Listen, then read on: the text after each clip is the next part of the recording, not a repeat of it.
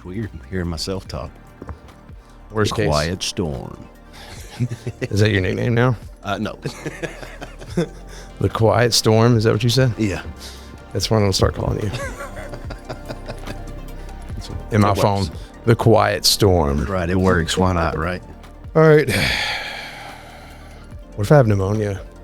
Huh? What if I had pneumonia? Well, I hope not. Well, you got a Z-Pack now, so hopefully that'll knock it right out. It better. I think it would. Tired of sleeping on the couch, although my couch is very comfy. Oh, mine is not. It's not? No. Heather's been going to the couch lately because I snore a lot, so. Sorry, honey. Sorry, baby. Yeah. Oops. I'm bad. I was like, babe, I'm not sleeping in bed tonight. And I was just like, She's like, no, you're not. GTFO. Exactly. Yeah. But anyways, Jesse Davis. You ready to roll? I'm ready to roll. Let's do it. What is up, everybody? This is Joe Adams, and welcome to the Relentless Pursuit Podcast. What we do on this podcast is bringing guests from all different backgrounds, all different walks of life, to share their journey and everything along the way that led them to where they're at today. We're here to connect. We're here to make an impact, and that is what we do. So if that is for you, please like, subscribe, all those wonderful things. And if that is not for you, I don't know what your problem is, but you need to jump on board. Thank you. But without further ado, I would love to introduce a longtime friend, really good friend of mine, actually. Today's guest, wait, did I say that? Jesse Davis. What's up, everybody? Yo, Jesse, dude. It's so cool to have you here. I appreciate it. Appreciate the invite. Yeah, man. So, a little bit of an intro. Guys, Jesse and I go back. We go way back into time. I'm like screwed up. I got my cord stuck in my wheel. Hey, that's all right. Get out of here, boy. I was going to say I might end up doing the same thing. Yeah. Anyways, Jesse and I go back. We've been friends since 16, 17. I think we met in 16. Yeah. Like right before I went to Asia. I was going to say I did meet you right before you went to Asia. So Yeah. Got out of the military. Yeah. Moved here. And then, I met you in 2016. Yeah. Where did we meet at the gym? Gorilla? Yeah, I think Gorilla. Yeah. Yeah. Met at the old gym we used to train at. Yep. And I went to Asia, and I got back, and we've been friends ever since. Yes, sir. We used to do weekly lunches, very chaotic times, the longest, most insane lunches. You think it's just some guys getting together for lunch? No, we took it to another level. Yeah, absolutely. Lunch was fun. Absolutely was. Definitely taxing lunch. Yeah. But, yeah, and we've been friends ever since. You know, you've always been there to support me. And, I'll one thing I recognize, man, is like when I had my accident, you sent over crew to like take off the shower door, right, so I can get in and out of the shower and clean up, and that was really cool. Just stuff like that, man. You've always been a good friend and been there for me, dude, and I'm grateful for you, dude. Absolutely. You as well. I fucking love you, dude. You as well, Joe. Hell yeah, man. It's really good to have you.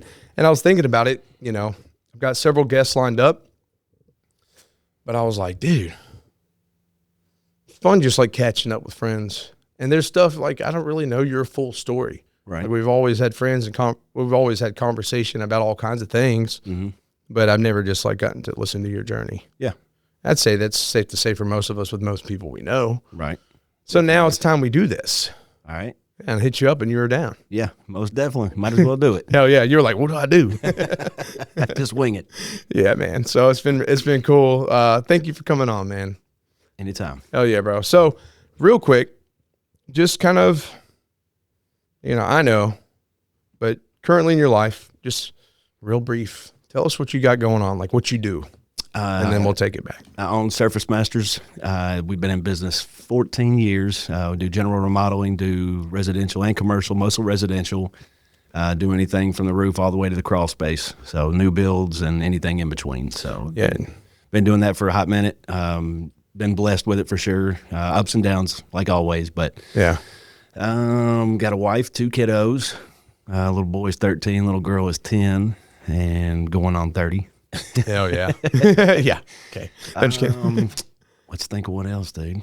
I You're a family man, and you got your business, and you work hard. yeah, Yeah, that's it. and I mean, honestly, we're very similar. Yep, We both grind, you got it. and we're focused on our family. Yes, sir. That's that's the key right there. You got it. That's my why. Yeah, exactly, Absolutely man. is.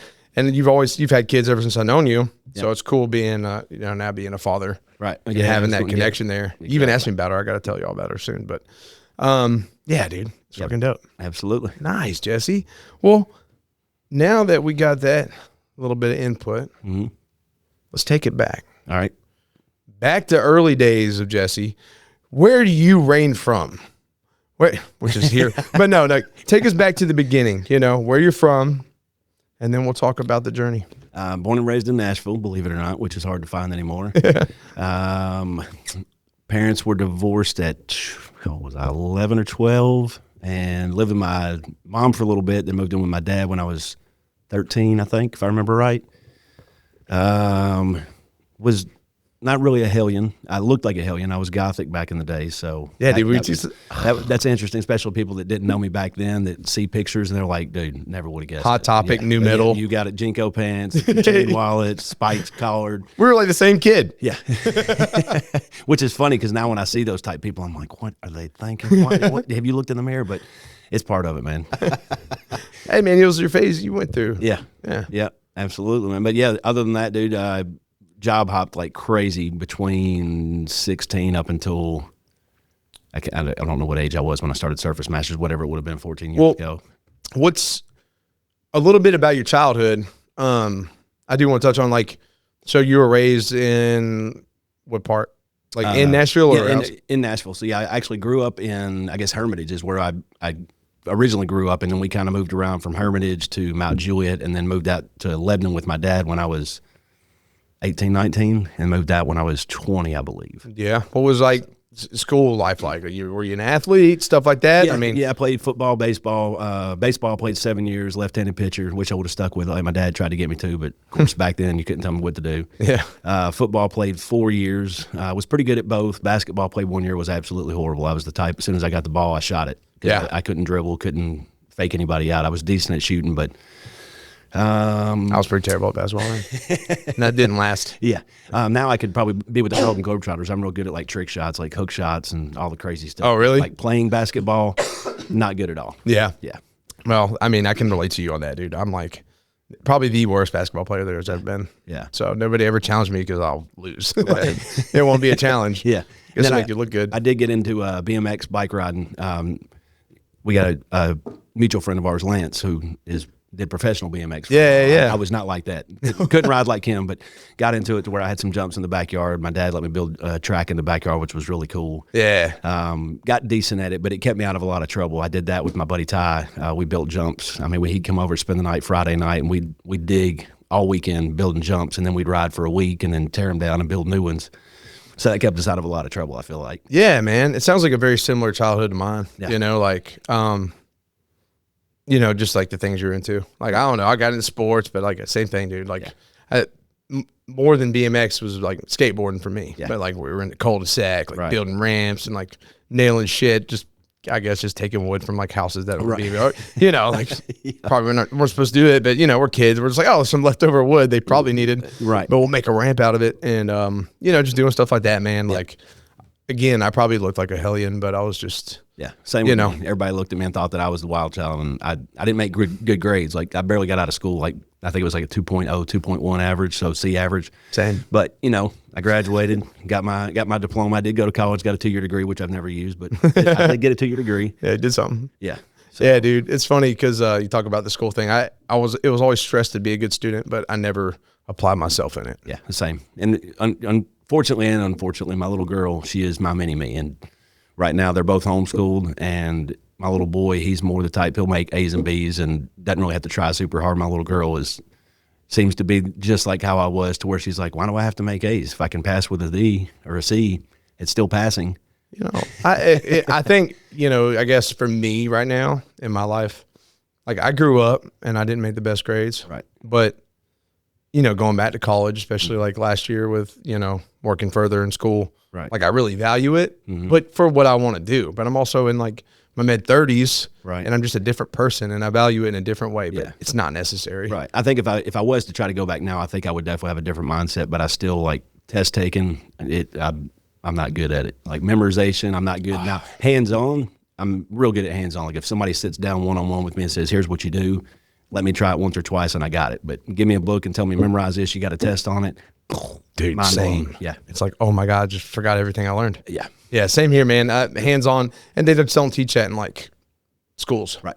You know, it's all test taking. And it's like not everybody works that way. Well, not only that, but the stuff that they teach in schools, at least my opinion, is a lot of it. I'm like, why am I having to learn this? When am I going to? And I get some people are going to use it depending on what you do in life as your career. But to me, 70-80% of what I feel like I learned is like, I can read, I can write, I can have basic motor skills of things that I need to do. Why do I have to learn about all of these other things at this point in my life? Like, especially now with Chat GPT and everything online, if I don't know something, give me 1 second, let me look it up on my phone and I'll tell you what it is. Yeah, but you still got to apply yourself, and then you learn it, and then Right. And that's the thing too. And I think just that kind of education isn't for everyone. Right.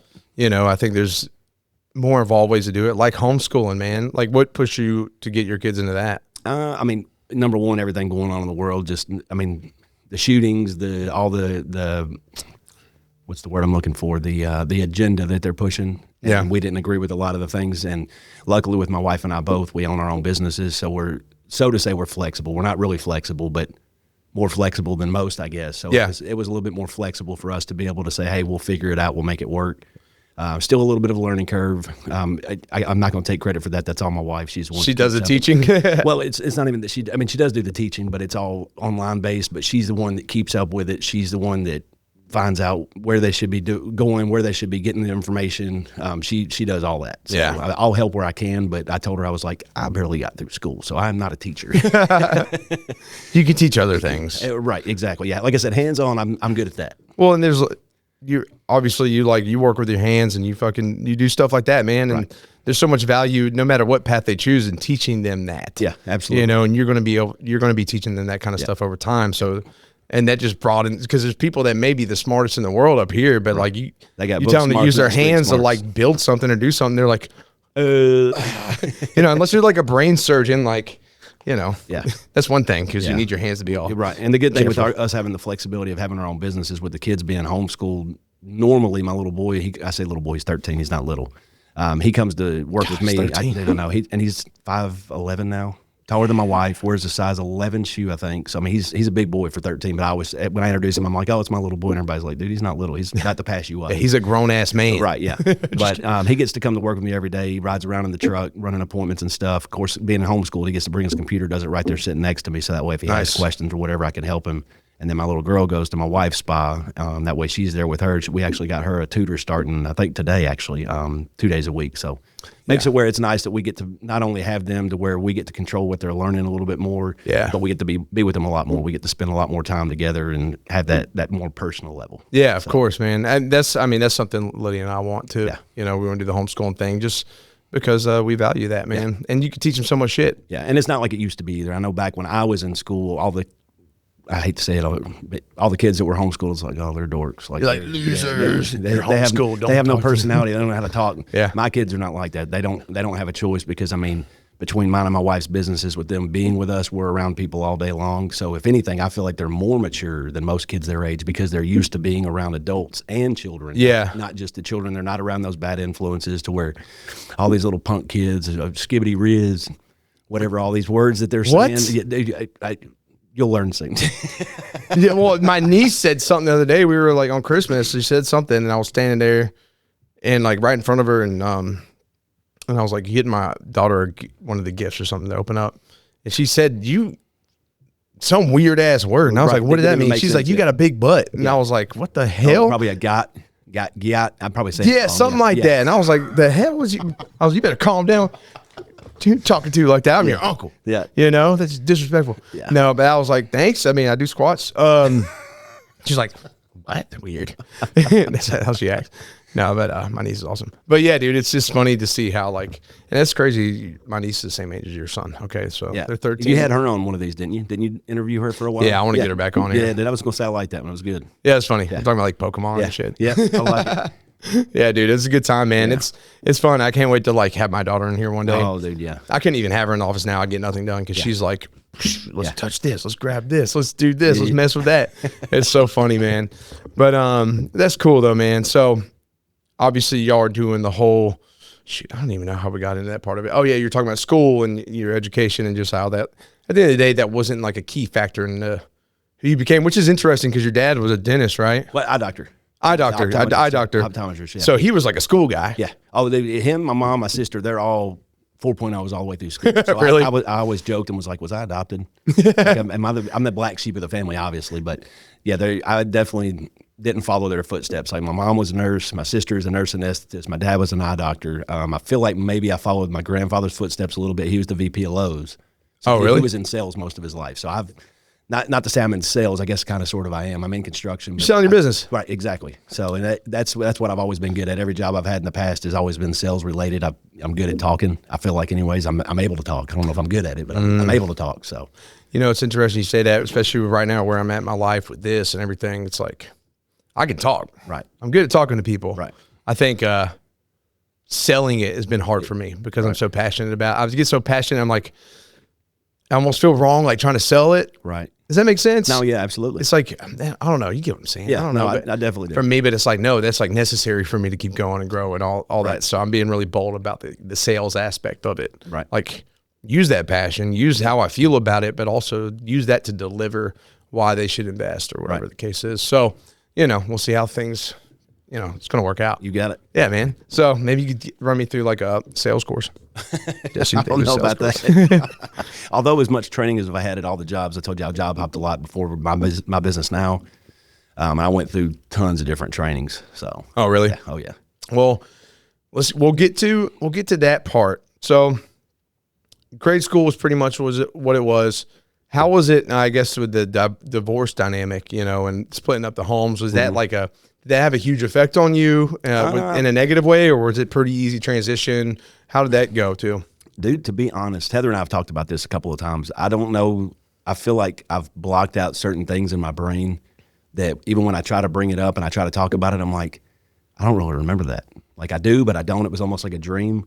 So I don't know if that's like my way of handling it was like just push it away and forget about it. So, I mean, it's not to say it didn't affect me. I mean, because obviously it definitely did. I mean, I don't know if I've got a bunch of different buddies that are all from divorced homes, and it definitely makes a big difference. Now, my dad was still involved, mom was still involved, so it wasn't like my dad left or my mom left. It was they just separated. It wasn't a good relationship. They were fighting a lot.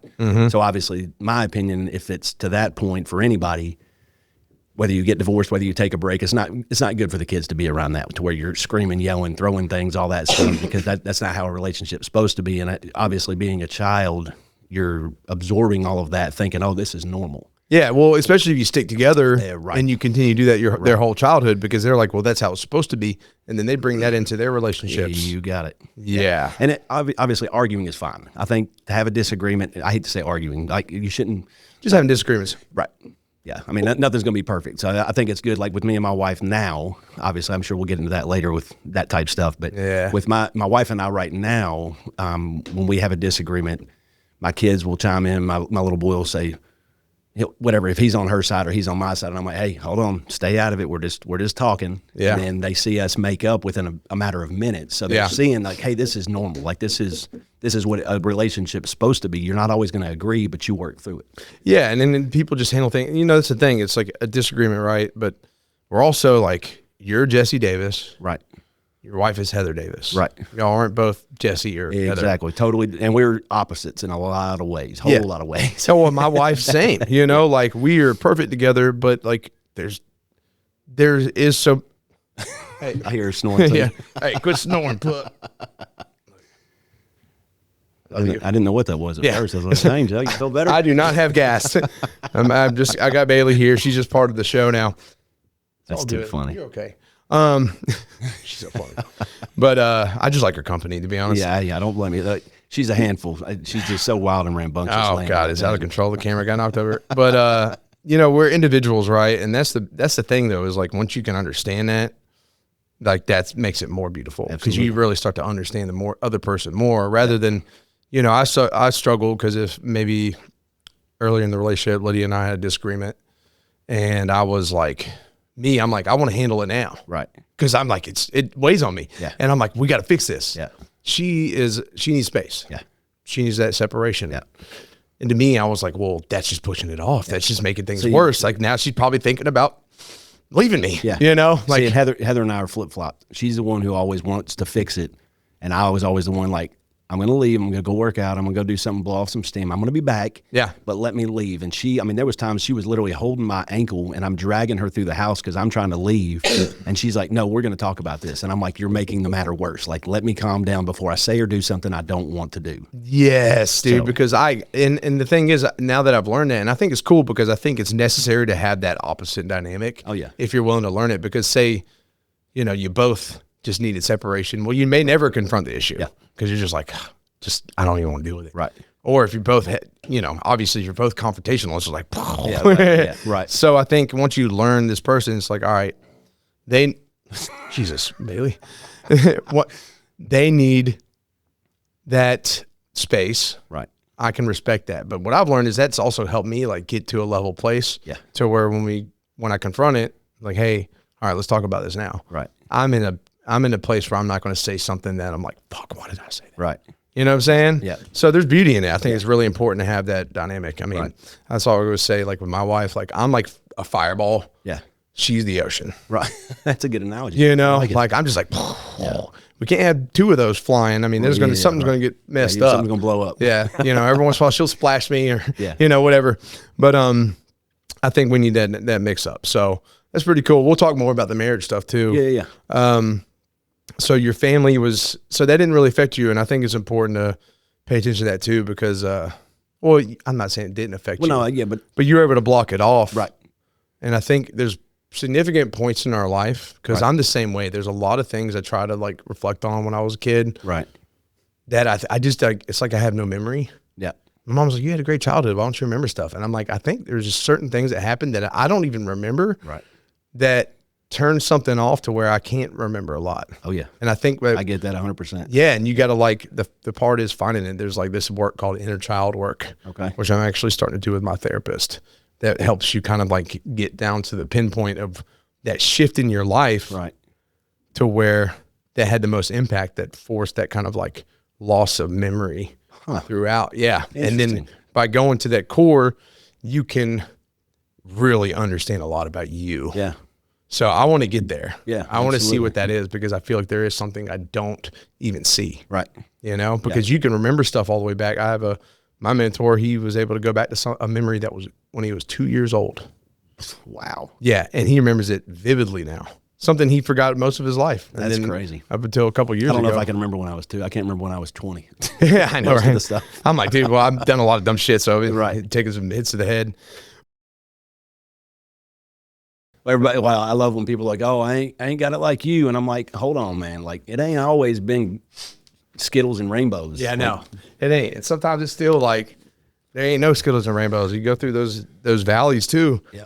There's one thing my buddy that's doing my business consultation stuff, he said to me, I think it might be from a movie he said, but it's hard to be a good man and a great leader. Ooh, I like that. And I never claimed that I want to be a leader, but I want to do great things. Right. So maybe that's part of it, but I also want to be a good person. Yeah. And like, to build something great, you're going to have to like cut the good guy thing out. Yep. To get to certain places, not necessarily stab people in the back. No, but yeah, I mean, but people are going to look at you as a bad guy, even when you're just doing what you need to do. I mean, I've had to fire countless people with my business, especially when I first started, and a couple of them I would rehire. One guy I hired 3 different times. Really? And finally I was like, okay, dude, you're taking my kindness for weakness. And of course I feel like I've got a good heart, and that's why I kept rehiring him, because he would give me the sob story. Of course he was pills, blah, blah, blah, blah, blah. So I tried giving him another shot, and every time it would stab me in the back, and I'm like, okay, I'm done. No more Mr. Nice Guy. I won't stab you. Thank you. I mean, I don't work for you, but anyways. Yeah, man, it's just kind of part of it, I think it's just a learning process. Yep. So there's a value in it all. You got it. Yep. Every little thing. Yes, sir. All right, Jesse. Here we go. Segment number 2. All right. All right. So real quick, reflecting on your childhood, and we'll move past that. Are there that you remember, or is there anything like very significant that maybe from that time, all what, I would say good or bad. I don't think there's necessarily bad, but any necessary aspects of that period that really just shaped who you are today, and how you view things? That's a good question. I've never thought about that. I'm sure there's probably a lot of things if I sat and really thought about it, but like right off the top, I can't think of anything like significant. Maybe influences in like your childhood, maybe parents, grandparents, whatever. Yeah, my dad was definitely a good influence. He was a workaholic, worked all the time, which I guess is good and bad. Yeah. Didn't like to travel a whole lot. If he did travel, it was always work related. Like if he had to go to a conference, it was like, oh, well, we're going to go here and we'll go an extra day early or stay a day late. And that was vacation. Not to say we didn't do vacations. We did go to the beach here and there. Didn't do a ton because both my parents were in medical school and had not making any money and paying for pre-med school. So, of course, we were broke up until probably when I was in high school. Really? So, yeah, there was times that I didn't know all this until I got older. My dad told me he was still in packs of Kool-Aid that we were so broke. Like they couldn't afford Kool-Aid. And when we go to the grocery store, my sister and I were like, oh, can we have Kool-Aid? And he would stick it in his pocket because they couldn't afford to buy it. So, dang. And like I said, I didn't know that until quite a few years back when he told me before he passed. So it's cool. In a way, it's cool knowing that type of stuff versus like a lot of people look at it from the outside like, oh, your dad's a doctor, your mom's a nurse, you must have had it great. And I'm like, I didn't have a bad childhood, but we weren't like loaded. Yeah. Maybe you just didn't recognize it at the time because you were just doing your thing. Right. And we didn't know any different. Like back then, it's not how it is now where everything was electronic, all these games and stuff. Like that was back when we go out and play and you come in when the street light turns on and you're outside in the rain playing in the ditches and playing in creeks and catching crawdads and like the old school stuff versus now it's like, oh, I'm going to go play video games. Yeah. I'm gonna watch all this stuff on TV. So that's totally different childhood. Similar childhood for me too, like as far as, getting tadpoles and shit. Yep. And that stuff was cool. And I think, to your point, no matter what your parents' income was, if you were out there doing that stuff, like there's no difference in like, you couldn't tell whose parents made more money. When you're all doing the same shit, if that makes sense. Like that's just not even reality. Right. You're not focused on that things. You got it. And then, you get to a point where you got bills and you're, oh shit, this is my parents have to deal with. You got it. It's wake up call. Yeah. Hell, dude, I'd snag some Kool-Aid for my daughter if I had to. Oh yeah, absolutely. Pocket it. Hopefully I don't have to, but if I had to, I sure as heck would. I know public's gonna be keeping an eye on me now. They're like, he's going for the Kool-Aid. No, I won't because it's got some kind of dyes in it. Red number 5. Yeah, it's got red number 5. I'm not doing that. I know. Anyways, but no, man. They did what they had to do. Yep. But then in order to create a better future. Right. You know what I'm saying? Yep. So that's what you got to do, man. Yep. It's a lot of work. Yep. You got it. But you had asked if there was anything significant. I guess like I said, when they got divorced, it obviously did affect me, but there's most of it I feel like I have blocked out. I think my sister did the same because her and I have tried to talk about it before, and I'm like, I don't remember a whole lot of it. I do remember a little bit of the fighting. Like they didn't like beat each other up. It wasn't like that. As far as I know, it wasn't physical. It was more like yelling, screaming, throwing some stuff. That was really the gist of it from what I know. Like I said, I don't know behind the scenes because now that I'm an adult and I have kids and me and my wife, like behind the scenes, they don't know what goes on. They might hear some things and that's it. I do got to ask, do you think maybe at some point in your life, I guess as you got older, is that how you would react in an argument? Like you throw things and stuff? Well, and that's why I said earlier, like once we get into if we're getting into the relationship stuff, I've been through anger management and one-on-one therapy, couples therapy. So I've done all that stuff. Well, let's get to, we're going to get to that here shortly. Yep. So I do want to get to that. Obviously, so I guess same thing through high school and stuff. Cause I want to hear your perspective on that. Cause a lot of people, marriage, man, marriage in 2025 ain't the easiest thing. Yeah, you got that right. It's 100% work. Yeah. And so, sorry guys, my lung freaking thing. I've been working in the coal mines. I'm just kidding. You got popcorn lung. No, I just did like the Zoolander look. Okay, I'm not going to show that. I don't know. I think the black lung paw. But anyways, so you talk about going through high school and everything, getting to where you're working. What led you to doing the stuff with Surface Masters? Like, how did that spawn? Well, Michael, another friend of ours, Michael Rishbeck. He and I had started Surface Masters Restoration. I don't know what year that was, but whenever that was. He was into construction already. Like he had done flooring and stuff growing up. I was oblivious to any of it. Like I was not around construction. My dad Wasn't really a handyman. He was more the type, hey, well, I'll just pay somebody to do it. Michael's like an Amish guy. You just like, hey, can you build a house real quick? Sure, He's like, oh yeah, dude. Either that or I know somebody.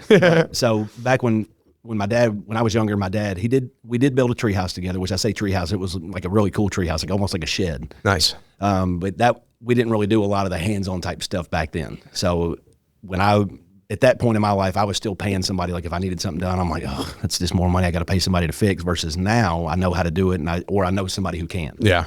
But yeah, we started out with Michael. We built the business. Started out doing just general remodeling. I think 3 or 4 days into starting our business, we ended up getting a commercial contract, which was, I don't know if it was a godsend or what. I mean, it fell in our lap. And that got us started to where we hit the ground running. We ended up doing the commercial job at College Grove. Kick everybody out of the dorm rooms. We got to go in, paint them, refresh them basically in 30 days. Yeah. But that's basically how we started. But before that, dude, I was totally naive to anything construction-wise. What's funny is Heather, my wife, she had told me numerous times, I think you should get in construction. This was when I was job hopping. Like I'd be at a job 3 to 6 months, and I would usually be close to number one in the office. Yeah. Because like I said, I was always good at sales. So I would get to where I wanted to be. I'm like, okay, yeah, this is cool. A lot of it was phone sales, and I'd get bored. Yeah. And of course, I would learn how to work the system and do things I wasn't supposed to do. And I got fired a few times and quit a few times and blah, blah, blah, blah, blah. But she had always said, like, hey, you should get into construction. And I would laugh, like, I don't know anything about construction. She was like, I think you should do it. So years later, when I started getting in it, she was like, I told you years ago. And I'm like, how did you know? Like, what did you see that I didn't? Yeah. So, but now it's. Was this Heather? Yeah. Yeah. How y'all been together since when? We've been together 20. She's going to kill me if I don't remember this. 22, 23 years, I think. Something like that. So, yeah, something like that. Somewhere in there. Yeah, somewhere in just there. a number, right? Yeah, exactly. Hey, I love you. That's all that matters. Yeah. Yeah. But like I said, Michael and I were business partners with Surface Masters Restoration.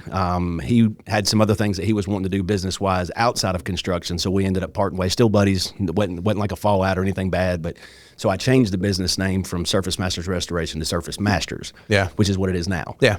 And of course, now I've got 11 or 12 crews that work with me, stay busy year round, even during slow season, which is like November, December, January. Yeah. We still stay steady, not busy. But I've been blessed to stay busy and at least be able to provide for my family through it. So yeah. So when did you take things over yourself? Was this around? This is before I met you and I met. 2014. So just a couple years before, a few years before. If I remember right. Like I said, I'm not good with dates, but I think it was around 2014. So yeah, kind of blurs together. Yeah, you got it. But that kind of time frame, and it's funny you said that about her recognizing that you should get into that because I can say like a lot of my shifts mentally lately, I reflect on it and I'm like, oh, I'll come to all these like realizations and whatever. And like Lydia's brought a lot of this stuff up. Yep.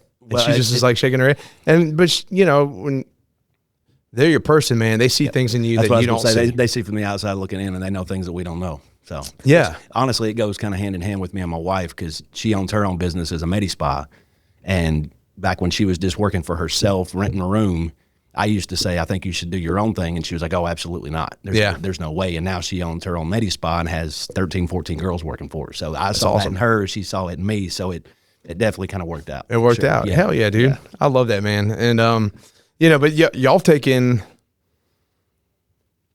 it's taken y'all a road to get here. Oh, dude, there's been so many. There hasn't been just like rocky. It's been like cliffs. You want to talk about that? Yeah. Of course. I'll talk about whatever, dude. Yeah. We're talking about you. No, I'm just kidding. No, because I think, it's beautiful to be able to share the cliffs. Yeah, absolutely. Because like here y'all are now, yeah. But it, just goes to show you, man, you can rebuild. And I want to emphasize this because Rick talks about, one of the main, like the first episode I had with him, one of the main components was like, them rebuilding their marriage. Right. They've been married 30 something years now. Beautiful marriage. Yeah. But maybe even closer to 40 years. That's awesome. But he went through he talks about on the podcast, he went through like crazy porn addiction that led to some bad things. And his wife, she believed in him and they worked through it. That's awesome. But it was bad at points. I'm sure. But to see what they have now, and it's not to say like everybody needs to go through those things. Right. But it just goes to show you that, like, hey, man, if you believe in it though, and you're actually intentional, you can for better for worse. You can build. So let's talk about that, man. Because was that any of that around the time we met? What part of it? What do you mean? Like with the cliffs, start where you want to start, dude. Well, I mean, honestly, when I met you, is probably when her and I, like relationship wise, not business wise, maybe both, was probably when it was not necessarily at its worst, but it was the start of where it was getting worse. Just because I can't. When you met me, sorry that I screwed your marriage up, Jesse. I definitely don't blame anything on anybody. I take my own faults for sure. Yeah. Definitely don't blame her for anything. We had a lot of relationship issues, and I think a lot of it was me being immature, losing my focus on her and I. Kind of trying to think of how to explain it. You got married young, right? And had kids young? Dude, I was 20. She was 16 when we started dating. Oh. When we got married, again, I'm horrible with numbers. I think I was 23 or 24, which would have made her I think she was 19 when we got married. So I guess I would have been 23, 22, 23. Oh. So yeah, we were definitely young. And like I said, I was definitely immature for my age. I'll admit that. Still kind of am. It's okay. And then, so that's an early start, man. Yeah. But yeah, so from that point, I started, at that time, I was working in the timeshare industry, which if anybody knows anything about that tells you a lot. Like the timeshare industry, in my opinion, is absolutely crooked. And I won't get into all that because that's we'd be here 10 hours. Yeah, I don't even understand it. We'll have to do a timeshare episode. Yeah, so I worked selling timeshare. There was guys there. The only reason I took the job is when I went for the interview, there was cars out in the parking lot that were like super nice cars. Not like Lambos, but like at the time, they were like brand new BMWs, brand new Mercedes. And of course, I'm young and like, dude, I want this job. I want a cool car. You walk in the door and sell that guy a timeshare. Exactly. He's like, whoa. Well, so got into that. Worked there for 6-8 months, wasn't making no money. It was straight commission, wasn't making any money. And all these other people were making $30,000, $40,000, $50,000 a month.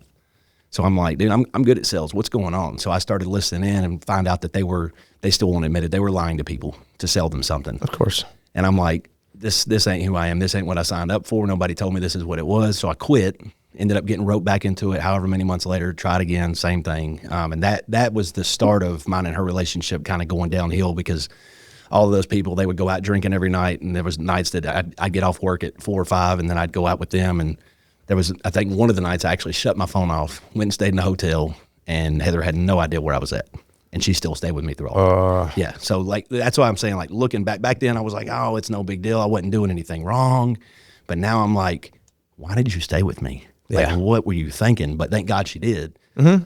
But so that was just the start of that with the whole timeshare thing. And then, of course, like I said, I job hopped. I can't even remember half the jobs I had, but they were all sales related. I worked for AT&T, the call center, worked doing diabetic testing supply sales over the phone. And like I said, did well with all of them, made okay money, but just got bored. And then I kept on jumping. And then once I ended up, after I met you, going out with guerrilla warfare. Yeah. That was a crazy time, man. Yeah. You know, to touch on the younger part of your life, you know, dude, you're so young. Y'all were met at a time where y'all were just like kind of breaking free from like the constraints of parents, you know, and so to have kids and get married around that time, dude, that's a lot. Yeah. Because you don't know who the hell you are. Yeah. I talk about this all the time. Like, you know, there's a reason I went through so much hell in relationships that, you know, I met my wife at the time I did now. Right. Because I know who I am, but also like I'm intentional towards that in the midst of building a business. Like there's so many layers to it, right? Yeah. So like I think about like, man, what had happened if I would have got married at 20 years old and had a kid? Yeah. Like who would I be today? It's just, I think it's fun to just kind of picture it, but I can't. Yeah. You know, so it's interesting. Can't even fathom, yeah. So y'all were just going through a lot of shit. You were being lying and being dishonest, you know, but at the same time, like that's what I did in relationships when I was younger. Right. Like, I don't know. You just got to grow, man. Right. You know, but like I said, I mean, so with the relationship aspect of it, we actually ended up having a complete falling out, which hindsight, best thing ever happened to us. Yeah. Because now our relationship is 100% better than it's ever been. Not to say it's perfect, but we've learned to work with each other. Yeah. But yeah, back then we got divorced. I don't remember what year it was, whatever year it was. Hang on, let me think. 5 or 6 years ago, 2019. Oh, so that's around the time I was kind of transitioning away from. Yep. From Gorilla, yeah. So that's when her and we had a falling out. I won't get into those details because I don't know if she wants me to talk about that. Yeah, of course, of course. But had a little bit of a falling out. Got divorced. At that point, both of us were done. Like wanting nothing to do with each other. Now we have 2 kids together, so I was like, we were wanting to be civil. Yeah. Once we got back to talking to each other after, I think we went at least a month and a half with no talking at all. Once we started talking again, as soon as we saw each other face to face, we ended up going out to Waffle House, had dinner one night just to talk. Yeah. And she's sitting across from me, and I noticed her eyes, like the way she looked at me was what she looked at me before. And I was like, what is that? Why are you looking at me like that? And she kind of like smiled and smirked and looked at the seat next to me. And I was like, you want to sit next to me? And she like nodded her head. And I was like, come over here. So she came over. That spark. Dude, and after that, of course, it wasn't like immediate, but after that, we started dating again, if that makes any sense. They started making out there, and everybody was just like, yeah. But dude, after that, of course, our whole family, everybody is like, what are y'all doing? Like, why? We already spent tens of thousands of dollars on getting divorced and all this stuff. And at that point, I told her, I was like, are you sure this is what you want? Because I know it's what I want. This is what I want. I'm sorry I screwed up. And again, not to say 100% of it was me, but the majority of it was definitely me. Yeah. And at the end of the day, y'all own your parts. Right. Yeah. So we ended up, again, long story short, we got remarried. We dated for, I don't even remember how long, at least a couple of years, I think it was. Yeah. Maybe not quite that long, whatever it was. We dated again, got to know each other, made sure that that's what we wanted, and got remarried, which this time we just basically eloped. We went and had a guy come to a cabin in Gatlinburg, had the kids there with us, and got married. So, well, I want to touch on a couple things there real quick.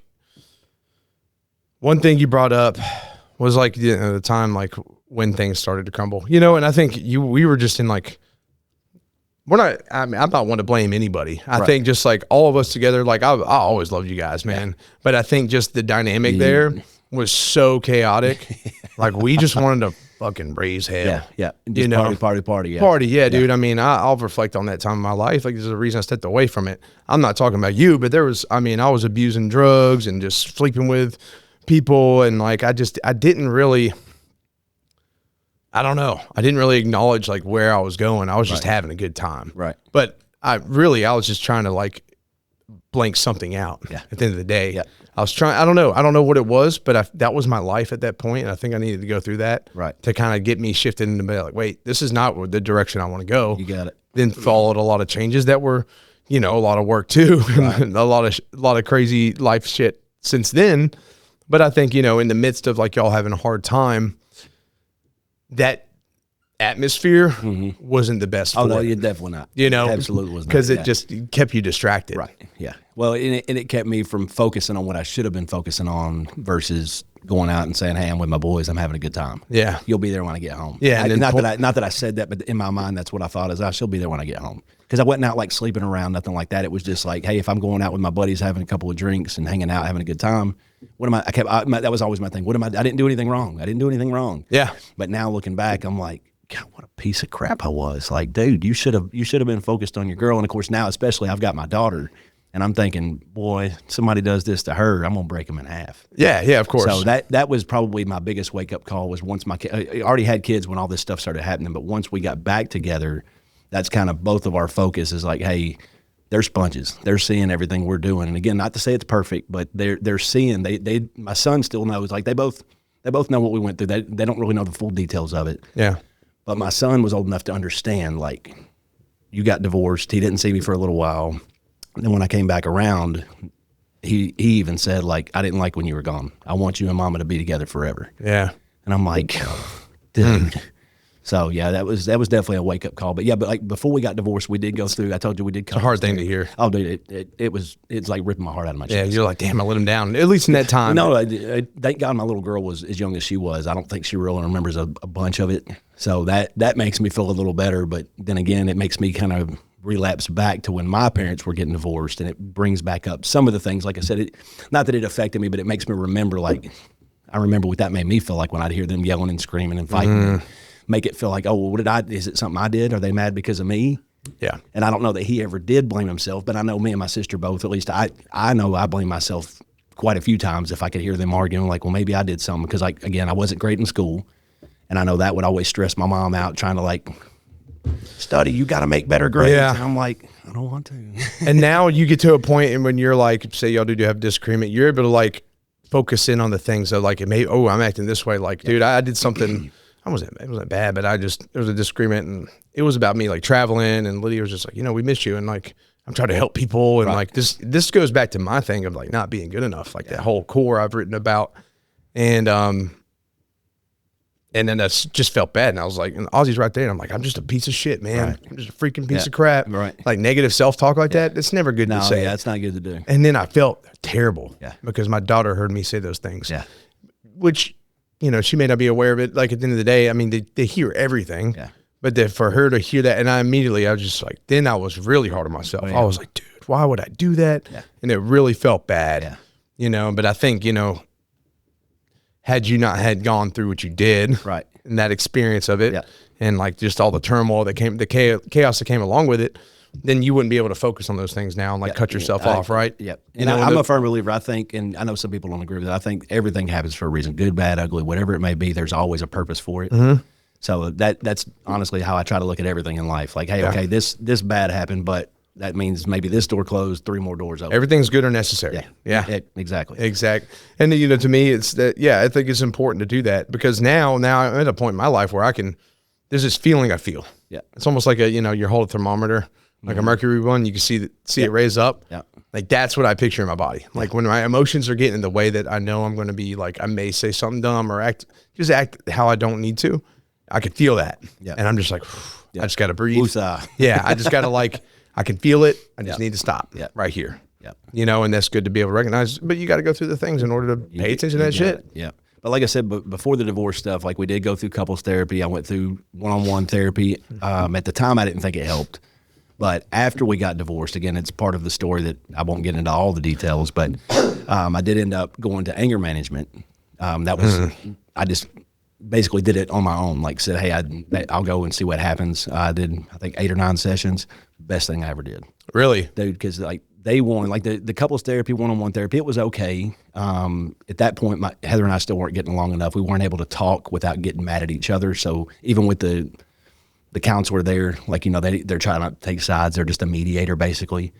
Yeah. She could tell every time, like, one of us would start getting mad, and all it would do is just cause more turmoil, cause more fights. And of course, a lot of that was probably immaturity on my part because I'm thinking I would read into things instead of me always trying to fix it.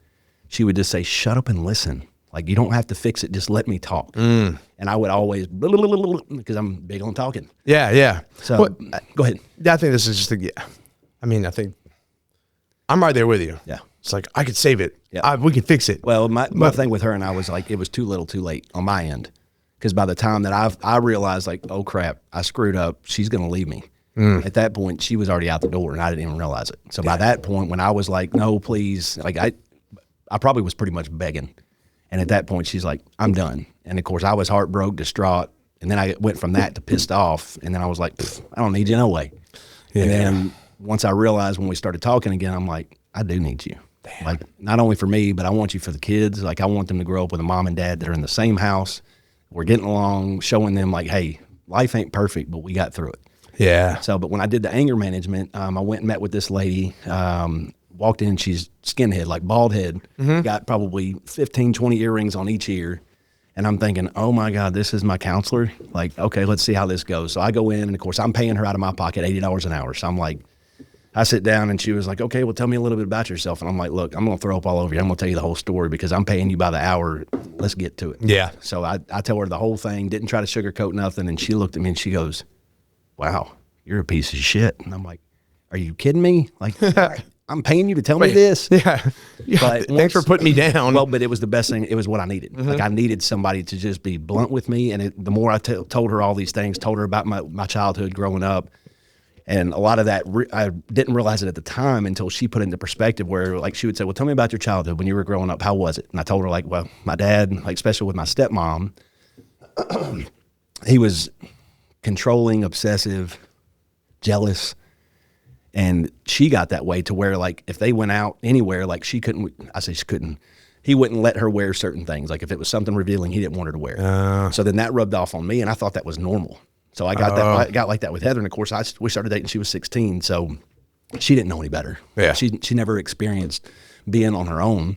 She went from mommy and daddy to me. Yeah, so it wasn't that she just like gave up and was like, okay, fine. But dude, we argued about it. That was probably the biggest argument we had was about her freaking clothes, as stupid as that is. And I mean, looking back, I'm like, what in the world? So much wasted time. Yeah, but for some reason, dude, it would eat at me. I mean, I was so stressed out. I know she was stressed out. I'm not taking away from anything of her, but I was so stressed out. Like, if she'd wear something that I'm like, God, she looks so sexy. Instead of just leaving it at that, like, that's my girl. She looks sexy. Yeah, like, happy about it. Be proud of it, yeah. I would be like, she's going to leave the house like that and everybody's going to be looking at her. And what if somebody tries to bother her? And I'm like, blah, blah, blah. And that's your insecurity. Yes. Yeah. So once I started telling the counselor this, she was like, you realize this is not normal. And I'm like, what do you mean? And she was like, you shouldn't be, she's not a possession. You do not own her. And I'm like, whoa. I mean, it was a slap in the face. And of course I knew that, but once somebody said it, at that point, it wasn't like it was a change immediately, but I feel like that was my wake up call. Yeah. So now that her and I are back together, of course, there's still times like if she's wearing something, I'll be like, in my mind, I'm like, oh my God, I want to say something. Just shut up, leave it alone. But that's something you got to work on yourself. Yeah. And I have. Yeah. And that honestly, as dumb as it is, that was the biggest thing that probably tore us apart, as stupid as that is. Because, dude, it got so bad to where it was like nonstop. Yeah, insane. And like I said, looking back on You're one of those guys. Yes. No, I mean, you were though. Yeah, absolutely. And I don't know why. All right, Jesse. Here we go. There you go. Yes, sir. All right. Where we left off at, we were talking about I'm trying to remember. You got sidetracked too. I usually write it down, but I was like, oh, press. And then we started talking about something else. Where you were talking about the marriage and just kind of a lot of the changes there. Oh, and you were talking, I think your big thing was recognizing, you know, you were like, you needed like fix. A slap in the face, but a good slap in the face to where when the counselor, anger management counselor, when she was like, you know, this isn't normal going over all that stuff, like telling me like, just because you grew up around this, you realize that that's not how it's supposed. And it wasn't even just the clothes, but like the possessive, controlling. And I'm not trying to like make my dad like he was a bad person. It wasn't like that. I think him and my stepmom fed off of each other because she was like that. And then they fed to where it was like, instead of one person being for it, one against it, they were both that way to where it was like it got worse and worse and worse and worse to where it was like they just basically stayed home unless they went to work. Like they didn't even go out. And I'm like, thank God I learned when I did, because I don't want that life. Like I want to be able to, like used to, like if Heather would go out, like if her girlfriends even wanted to go to dinner, I would get mad. Like, you're going to go to dinner without me? Yeah. Versus now I'm like, babe, go have girl. Like I'm begging her, please go have girl time. Like go do what you need to do to focus on you and yourself, away from me, away from the kids, just for a little bit. Yeah. Versus back then, dude, I never would have done that. Yeah. And not to say that's a good thing. That was not a good thing at all. Yeah, and you're also like, you're hanging out with so-and-so too, and that girl's just like, ugh. Right. You know. And of course, I mean, the whole gorilla thing back in the gorilla days or whatever, when I would go out to lunch with the guys, that would drive her crazy because she knew half the people that I was hanging out with were not good influences on top of how I already was. Yeah. So then it kind of like just fed into the whole circle of it. Yeah, man. So she got worse in that way because, yeah, I mean, you obviously dressed pretty modestly. Yeah. You right. know. Yeah. Didn't have my thongs hanging down. Yeah. But yeah, no, in the circles you hang out with, at the end of the day, you just need to trust your person. Right. Exactly. You know, and like trust that they're like, if they are hanging out with people that maybe aren't being the best influence, that they'll separate, you can trust that they'll separate themselves. Yeah. You know? Well, you probably know what the saying or the quote is, like, if you hang on to something too tightly, it's never going to come back if you let it go, versus like, hey, I want her to be independent enough to where, God forbid, if something happens to me, I want her to know that she can make it on her own. Yeah. Versus back then, it was like, no, I looked at her like a possession. Like, you're mine. I'm going to take care of you. You don't need to do anything. And I want you to do what I want you to do. Yeah. And now it's like extreme opposite. Yeah. So. And, you know, and it's interesting you say that because, I mean, I'm not like controlled towards Lydia in any way, but it's easy to get in your head. Oh, yeah. Get insecurities. Like, as a man, I want to provide, protect, all these things. Right. And I want to be the epitome of that for my family. And like when you're in the building phase of a business and you got a wife and daughter, yeah, and you're like, hard to. And then you're like, and then me, I look at her and that's just, to me, I'm just like, she's the most valuable thing there is. Like, I love her so much. She deserves the world. Right. Like, I want to be able to give her more and I can't. Like, she deserves, like, you know, oh my God, somebody else could just go sprinkle $1 million, you know? Right. And I'm like, dude, shut that noise off because that's not her. Right. It's you know? Exactly right. But then you see things, you know, you get on social media or whatever, and you see like people's experiences, like how money has influenced their relationship. And maybe those things just kind of seed in your mind to make you think that way. Right. But like, dude, no. I love the shit out of my woman. I show her that every single day. Absolutely. That's what we're supposed to do. And that's what she finds a true value in, because she's had experiences that have led her to me just like myself to her. Right. And yeah, it's just easy to, I guess, get in your head. Yeah.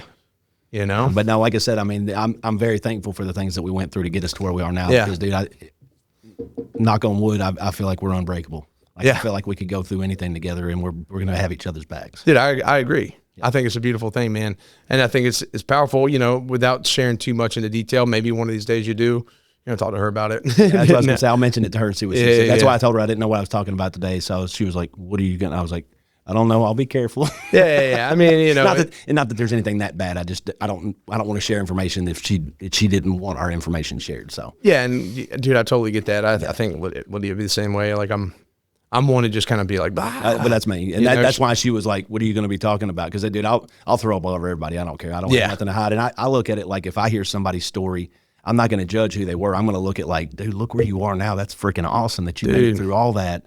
I'm not going to be like, oh, well, back then they were a piece of crap and they were doing all these bad things. Like, hey, I don't care what you did back then. I care what you're doing right now. Yeah, dude. Back in the day, I did suck. Man, I've sucked in so many different ways. Yeah. Like, I was not the best dude. Yeah. I think my heart's always been geared in the right place, but I just had to learn some hard truths, Absolutely. Man, and I had to be able to step back and reflect it. Yes, like, sir.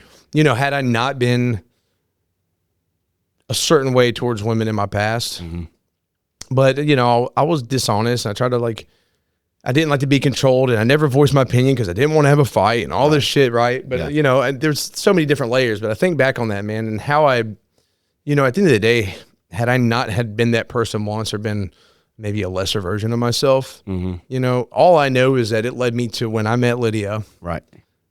I was like, I'm going to be the best fucking man I can. Absolutely. From now on. Yes, sir.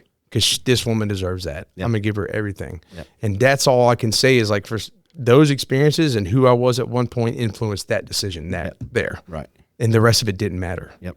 Because I'm open to her about stuff and she doesn't hold any of it against me. She doesn't sit there and wonder if I'm ever going to be this way or that way again because she just knows. Like an open book. Yeah. Yeah. Absolutely. That's cool. Yeah. So definitely. Exactly. So you can reflect on that. And fortunately, you and your wife have had the opportunity to go through those things together, crash, and then rebuild. Yep. Yeah, when they say rock bottom, I think we were below rock bottom. Yeah. Well. Yeah, for sure. Yeah. And like I said, I mean, looking back then, had you told me, yeah, y'all be back together. Now there was actually a few friends who were like, oh man, y'all are going to work it out. And I'm like, dude, absolutely not. We're done. 100% done. And I mean, she would tell you the same thing. Well, I was done. She was done. Yeah. And it's weird how things work out, man. When you got the friends that try to talk you out of it too. Oh yeah. And people, they're like, oh, y'all just need to, because they just are so grim about it. And I'm like, you know, I've had friends go through things and I'm like, and then you get another friend that's like, I don't know, they're being stupid. I don't know why they would do this or talk to this. And it's like at the end of the day, like my job isn't to sit there and like dictate whether or not I think their decision's dumb. Right. Even if I do, I'm going to keep that to myself because I love them. Yeah. If that makes them happy, my job is to be here when they fall. You got it. That's what friends do. You got it right. Because I know for me, I'm not going to listen to shit anybody else tells me to do. I'm hard unless I ask for it. Yeah, well, I'm hard-headed too. I learned the hard way a lot of things. So unfortunately. But when people impose their advice, like you need to just be done with it. Yeah. Like I'm like, no, I'm going to try harder. Yeah. Actually, you know, you just motivated me. Yeah, but they put a chip on your shoulder in that way. So I think it's great, man, and I think it's beautiful what y'all created. Now you got a beautiful home, beautiful family. You got the homeschooling. You got your businesses. I mean, you got a beautiful life. Yes, sir. It's a lot to be grateful for there. Yeah, very man. Blessed more than I deserve. Hey, man, you deserve it. I appreciate that. Yeah, dude. I think I just say that because like a lot of people say, man, I don't deserve this. First, Mike likes to say, man, I'll kick my coverage. And I was like, no, you didn't. you're who you are now, and that coverage aligns perfectly. Exactly. Yeah. And so you deserve it, bro. And I appreciate it. I'm happy for you. I appreciate it. Yeah, for sure. And it's cool to see that you kind of went through that season, man, and you know you circled around to. And I guess I wasn't really aware at the time when we were all partying. I was gonna say I'm somewhat private with all that stuff. Like I never blasted her, never blasted myself. Like I always just like made it like I didn't fake like, oh, everything's perfect. We've got the best relationship ever. I just didn't ever voice things that were going on because I'm like, it's not going to fix nothing. So I'm just not going to talk about it. Yeah. So like I said, that's how I've been my whole life. I still am that way. Yeah. I don't know that it's a good thing, but I mean, it's good to talk about things. I think it's finding the person to talk to. Right. Well, that's what I was going to say. Now that Heather and I are where we are in our relationship, I mean, she is my what's the word I'm looking for? My escape. I guess she's the one that I could tell whatever I need to tell her to, and I feel like we're to the point now where she's not going to judge me. I'm not going to judge her. Yeah. We try to be an open book with each other. That's good, dude. Is there anything else you want to emphasize on y'all's relationship or anything about that journey? I'm trying to pinpoint any questions, but curious. I will give a tidbit of information that also helped for anybody that might be struggling in a relationship. So when we were in the therapy, one thing that I will say that I got out of therapy was, I don't know if you've heard of it, the Love Languages, 5 Love Languages book. I know the 5 love languages. I haven't read the book though. Like Heather's the one who presented it and that, and her, the counselor and all that. And I thought it was the dumbest thing ever. I'm like, whatever. I don't like to read. And she tried to get me to read the book. Finally, I did read it. I think I did the audio, like where I just listened to the book. And basically it says that I'm not going to, I don't know it to a T, but everybody has a love language. And sometimes you have a few love languages. Yeah. One of mine is touch. I can't remember what my other one is. She would know. Hers is acts of service, and then she's got another one as well. And the bad thing is a lot of people will love the other person, their spouse, couple, whatever, whoever it is that they're with. They love them in their way. The way they want to be loved, they try to And I didn't realize that there was a lot of what I was doing. I'm like, I do all of these things for you. How do you not think that I love you? How do you not see this? And I wasn't loving her like she wanted to be loved. Yeah. And vice versa. Like she wasn't doing the things that I wanted to be loved. So like when she would do all of these things and run herself ragged, I'm like, why don't you love me? Why don't you do these things for me? And she was like, well, I do everything for you. And then once I finally, and again, not to say that the book fixed everything, but it made us realize like, okay, I got to change the way that I love you for the way that you want to be loved, and vice versa. Same thing with like, I don't know if you follow the Enneagrams. I really don't. Heather does. Yeah. When she started reading, or still does, like she'll read me some of these things of the Enneagrams of me or the Enneagram of her. And it's like, dude, it's to a T. Yeah. It is insane. Like some of the things is like, holy cow. What is that? I know what this is. I don't know why I'm drawing a blank though. I was going to say, I'm not going to be able to explain it. And if I did, I probably absolutely. Enneagram. I don't even know how to spell it. But yeah, look into it. Because I'm telling you, like, she still follows it. Like she'll have all of her girls at her spa. They all have to do this Enneagram test. So it tells you your personality type. Yeah. Okay. But I've had to do those. And again, it teaches you how to, whether it be with a business, whether it be with your significant other, it teaches you how that person's brain works, basically, what type of person they are. Oh, yes. And dude, it's insane how much of a difference it makes. Yeah. And she's even had our kids do the Enneagram tests. I mean, you can do it with your children. I mean, it is absolutely insane. Like I said, how to a T some of these things are. Oh yeah. There was some kind of test I did in college. Not that it has to do with this, but I did a test in college that tells you what you should be when you grow up, like what your career should be. Yeah. Took this test, said I should be a pastry chef. I can see it. So took the test again because I'm like, there's no freaking way I can't cook for nothing. Took it again, pastry chef.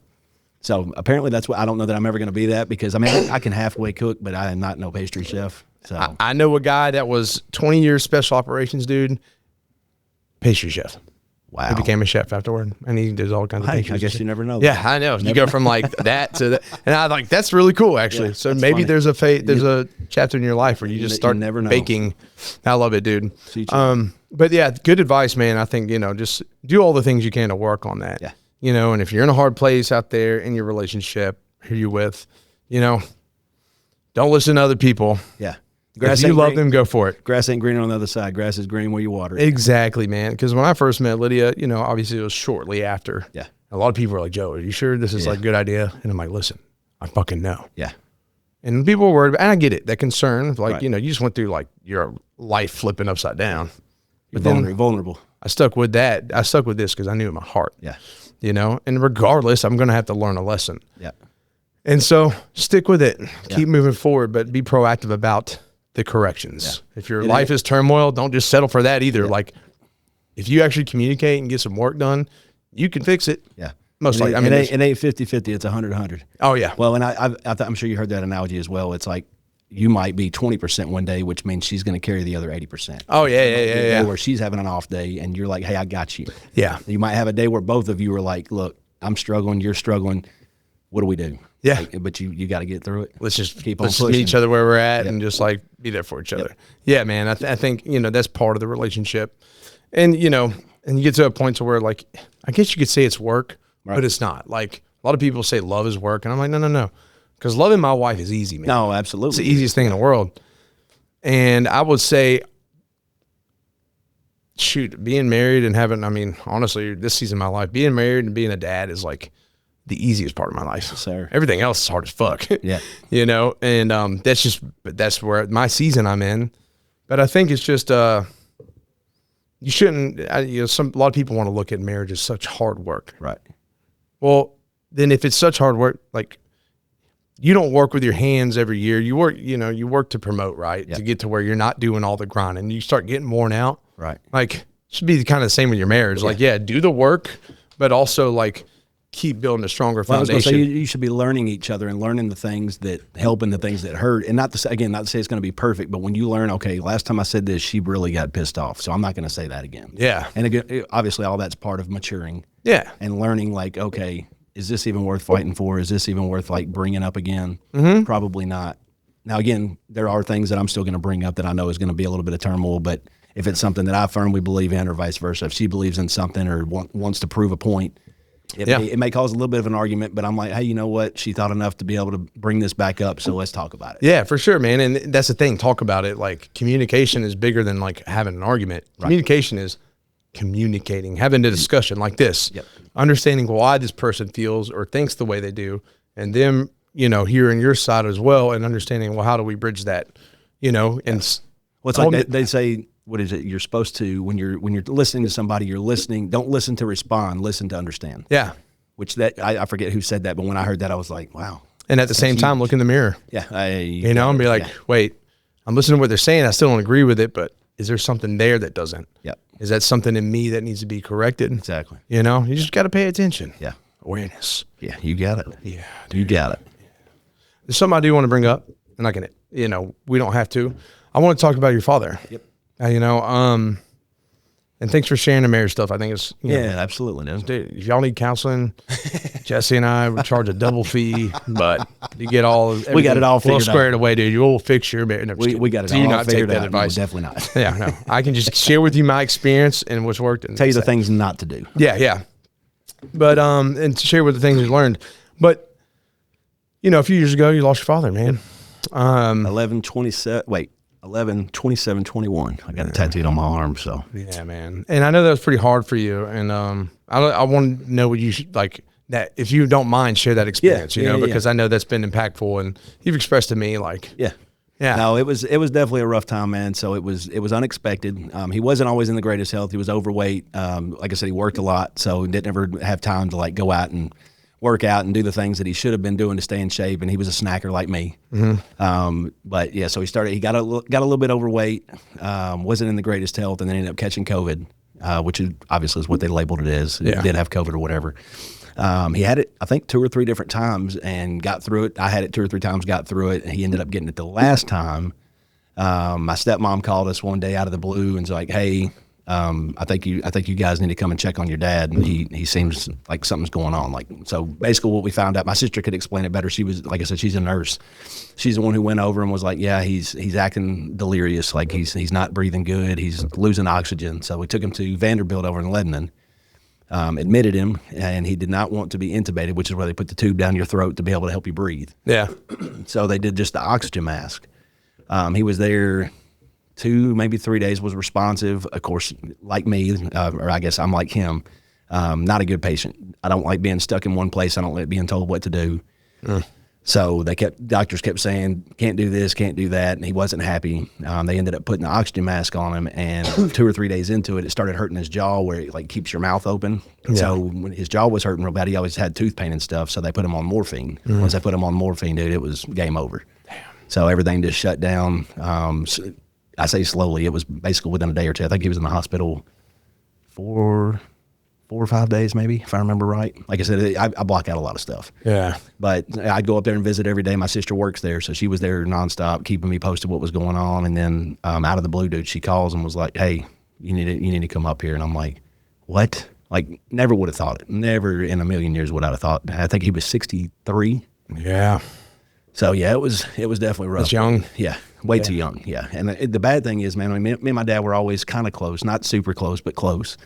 And as I was getting older, we were clicking more. Like I was getting more mature to where he was very political. So it got to be to where I had just gotten to where I'm still not super political, but I was getting to where I understood why he was political. It he was looking at the big picture. It's not just me, it's everybody. Yeah. And of course, having kids, it makes you realize like, oh my God, what are my kids going to do? Yeah. So, what's their future look like? Yeah. Right. So I started getting into that, and he and I were finally having conversations instead of just like, hey, how was your day? Oh, it was good. How was yours? Like the short, sweet. Every day we talked on the phone for like at least a couple of minutes, and it was literally the same conversation every day. Yeah. And of course, I took that for granted. Didn't think it at the time. I never rushed it or never was like, oh, he's calling again. It was all, I was looked forward to it, but it was the same conversation every day. Yeah. And dude, I missed the hell out of those conversations. Yeah, dude. So yeah, it's rough. Yeah, man. I mean, if you could say something to him today, what would you say? I miss you. Yeah.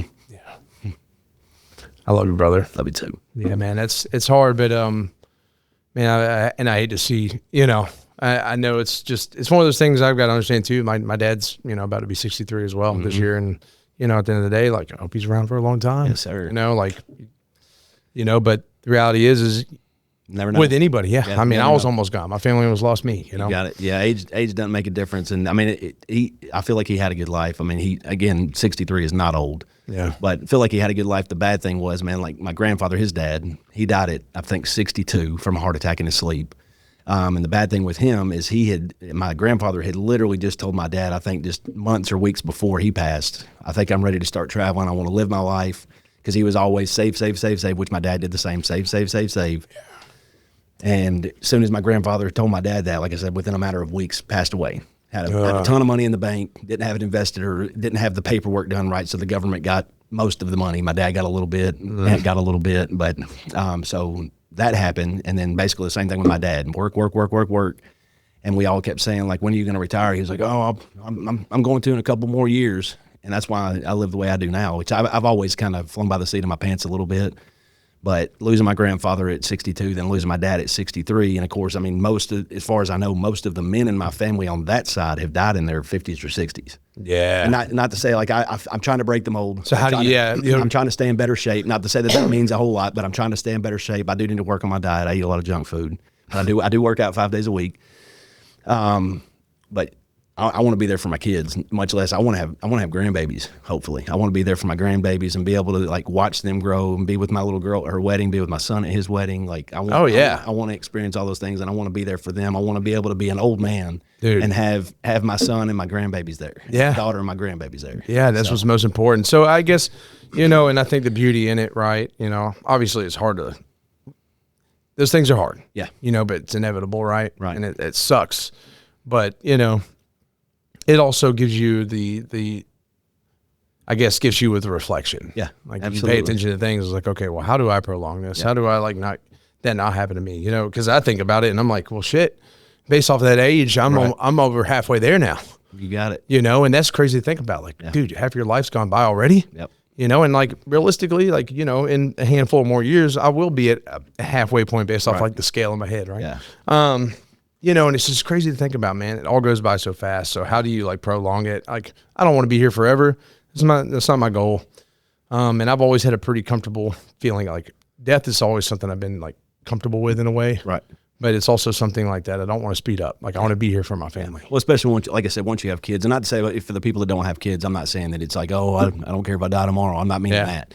But like once I had kids, especially as they get older and I get older, and I see some of the things that they do that I'm like, especially my little girl, dude, she's my mini-me. Mm-hmm. And I see her do things, and in my mind, I can hear my mom and my dad back when I was a kid, like, what are you doing? Why are you doing that? And I'm like, oh my God. And then my son is a mini-me. He obviously still a lot like me, but he's more of a mini-me of my wife. Yeah. And when he does things, then I reflect back and I'm like, oh man, it's crazy. Life's insane. Well, thank you for sharing that, man. I think it's just important because, that's a pretty big part of your life. Absolutely. And that was recently, not long ago. Yeah. I remember coming. 3 years. Yeah, I showed up to the funeral. I didn't know anybody there, to be honest. I remember. I appreciate that, man. That meant a lot. Of course, man. And when I say it was surprising, I don't mean it like that, but it was surprising. Like when I looked up and even Heather was like, is that Joe? I'm like, my boy. Of course it's Joe. I didn't know your family. Yeah. It was cool you were there for me, man. I appreciate that. That's all you needed. Yeah. And it's not that I didn't want to like crowd your time, but just I think presence of people to show that they love you, man. And that's all. That was my only goal. Yep.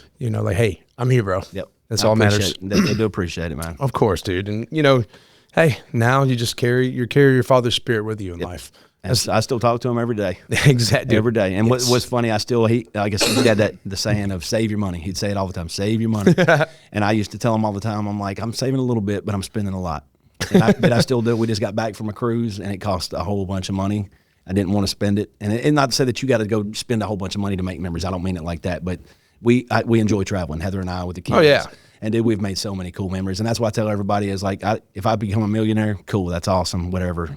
Money just buys memories. Yeah. So the more money I can have, the more memories I get to make with my family. Money buys freedom, man. Like I said, yeah. Not to say you got to make memories by spending money. There's plenty of things we could do that don't cost money that we do. Yeah. But we do enjoy traveling. We like doing the fun stuff like that, and we're blessed to be able to do it. So. Hell yeah, man. So, it's been a good time, man. Yeah, absolutely, man. I appreciate the invite. I'm happy to come back if you need me to. Yeah, but dude, I would love to have you back, man. I want to have everybody on here multiple times over the years. So I think it's just cool to get to hear your story a little bit more, dive more into detail about things, that we haven't really discussed. Yep. So it's just been really cool, man. And I'm grateful for it. Real quick, answer me this. What is your relentless pursuit? Well, I guess my relentless pursuit / my why is definitely my family. Like everything that I do, especially at this point in my life, I hadn't always been that way. But at this point in my life, I try to always put my family first, to where if I'm like, okay, if I do this, is it going to help my family? Is it going to help me and my family? Yeah. So anything that I do at this point, I try to always focus on them. Is this going to benefit us in a good way? Is this going to not benefit us? Is it going to be something that's bad? And I try to focus it on that point. Oh yeah, man. That's awesome, dude. I mean, you align with me. Yep. Your family's at the forefront of your thoughts. Absolutely. And and your decisions, and that's cool. So, man, I love you, bro. Love you too, brother. Hey, appreciate you, man. Thank you for coming on, man. Absolutely. Anytime, Joe. All right, brother. Next time. Yes, sir. Until next time. Next time. Yes, sir. Sometimes like glitch. Right. Yeah. Like,